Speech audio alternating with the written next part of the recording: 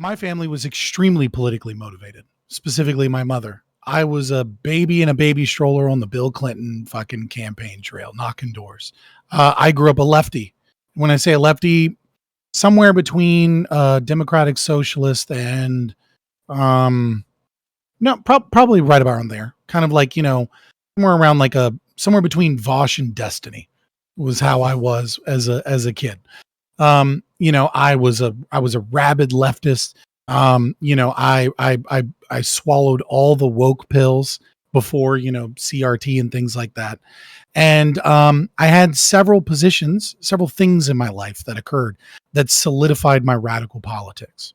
The first was, as a young child, my uncle, leave names out of it and try not to be too specific. He had a problem with violence against women, and he had a problem with crack. And he was in Memphis, and he was stabbed arguing over some crack. And then he stabbed back and he murdered her, and he called the cops, and he went to his mother's, high on crack, turned himself in from there and went to jail. And he was then in court. The judge was running for re-election. And so he had to be tough on crime. And he specifically couldn't let a white man that murdered a black woman in Memphis get away with it. And so they threw the book at him, got 25 to life. It was not allowed at court that she was schizophrenic. It was inadmissible in court that she was off of her medication. It was inadmissible in court to bring in a witness from someone else that she was romantically involved with that she stabbed. A lot of details were inadmissible in court, and the state tried to paint him as this violent racist that wanted to murder her because of her race. And that was what they spun in court. And he had an all black jury. And, and I saw that, and I was like, wow, this guy just wants to be reelected. And so, yeah, does he deserve to go to prison? Yeah, he's got a crack problem. He killed a girl.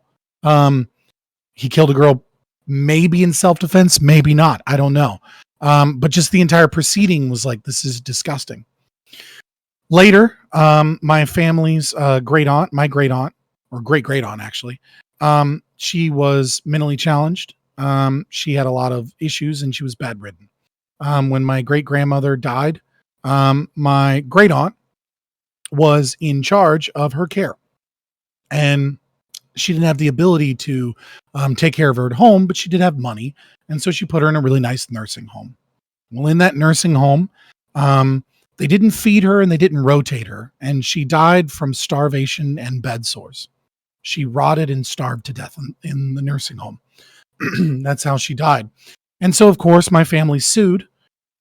They offered a few settlements. We refused to take them because we were more interested in our day in court and making this public.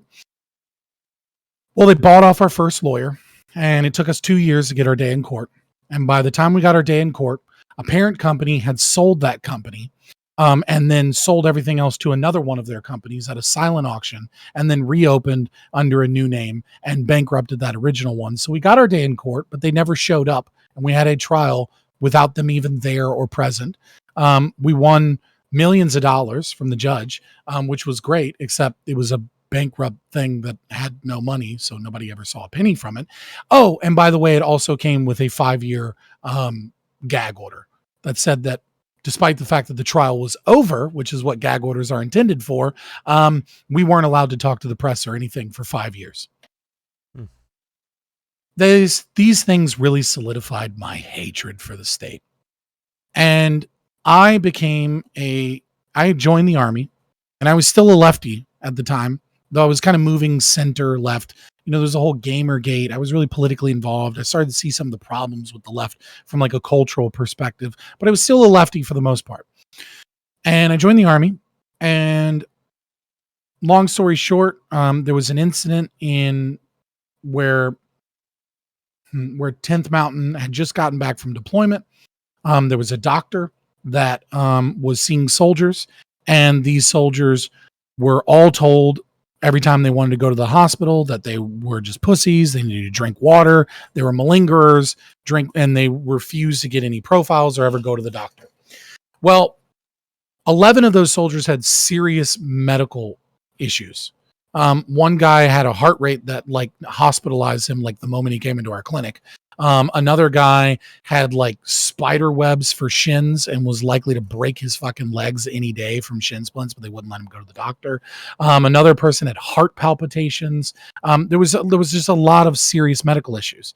And so me and a nurse practitioner, we went up our chain of command until it went to the colonel, and the colonel basically told us to shut up.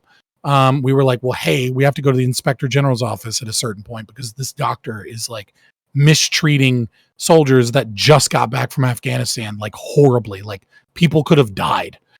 And he basically wrote it off like, okay, cool, whatever, don't care. So we went to IG, and then I was on a smoke break. I was vaping, and one of the guys, I happened to work in the same building as IG, and he basically came out and said, hey, look, the doctor you're talking about is friends with the general that's in charge of the post. You can do this paperwork if you want, but I'm just going to tell you, he's not going to get in trouble, and you're probably going to get court-martialed for making things up. And to my shame, I brought this to the nurse practitioner, and we decided to drop it because we realized that we weren't going to be able to win that fight. And I quit that fight. And it's something I still feel really shitty about to this day because I know that guy's probably a doctor still, and he's probably still working on soldiers, and people might be dying under his care. And I quit when I had the power to do something, and I no longer have the power to do a damn thing. This made me a libertarian, but I was a left-leaning libertarian. Seeing how ineffective and stupid the government was, really, and how corrupt the government was, brought me from, I very easily could have become a communist, honestly. But for whatever reason, I didn't go that way. Probably the culture war stuff. I went like left libertarian Democrat in between there somewhere. And I went to a Bernie Sanders rally, like one of the first ones. And I went there with my partner at the time. I was so excited, and I didn't agree with all of his stuff, but you know, I was still kind of like socialist and libertarian in between. Like I had libertarian leanings, like I was in conflict and contradicting myself. And he gave his speech, and I was liking a lot of what he heard. I was buying into the propaganda. And then he said, women make 87 cents to the dollar that men make. And I had looked into the economics of this before, and I was like, oh, it's such a bullshit statistic. That's not how it's done. You know, like that's a lie. Like technically it's true, but like you're not accounting for different types of jobs. You're not accounting for hours worked. You're not accounting for all these other factors.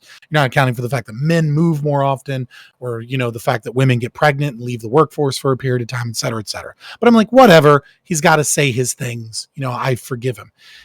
And that happened like all in an instant. And then he said, the problem in this country is that men make too much damn money. And I would like, and that was like that, you know, that snapping moment where like the last bit of the facade falls away. And I was like, this is about resentment and hate. This isn't a vision of like hope. This isn't a vision of freedom. This isn't a vision of like making a better life for everyone.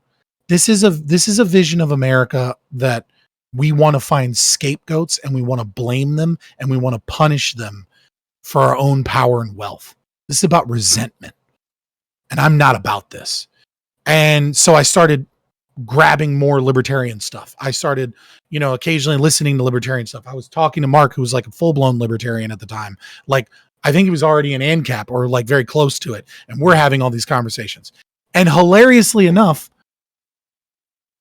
I'm still not an ANCAP. I'm a minarchist. I'm a libertarian. I'm reading the literature, right? Like, you know, Mark sends me a copy of Anatomy of the State. I'm reading that. I'm like, oh, that's great. I read some more Rothbard. I read a little bit of articles. I listened to libertarian podcasts. I listened to ANCAP stuff. And I'm like, you guys are crazy. Obviously, we need the government for courts. Obviously, we need the government for national defense. Obviously, we need a really small amount of taxation, etc.